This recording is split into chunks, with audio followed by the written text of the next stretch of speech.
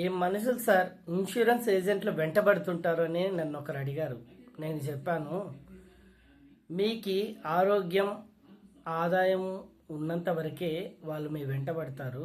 ఒక్కసారి మీ ఆరోగ్యం అనారోగ్యంగా మారితే వాళ్ళు ఎవ్వరూ కూడా మీ వెంటపడరు, మీ ఆదాయాన్ని కూడా పట్టించుకోరు.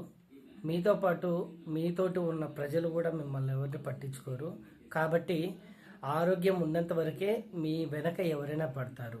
ఒక్కసారి అనారోగ్యం బారిన పడ్డారనుకోండి, మీ ఎలిజిబిలిటీ క్రైటీరియా అక్కడితో ఆగిపోతుంది.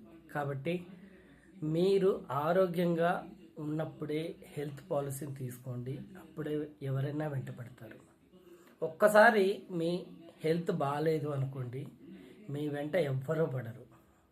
గుర్తుపెట్టుకోండి, ఇల్లు కేవలం దీపం ఉన్నప్పుడే చక్కబెట్టుకోవాలి.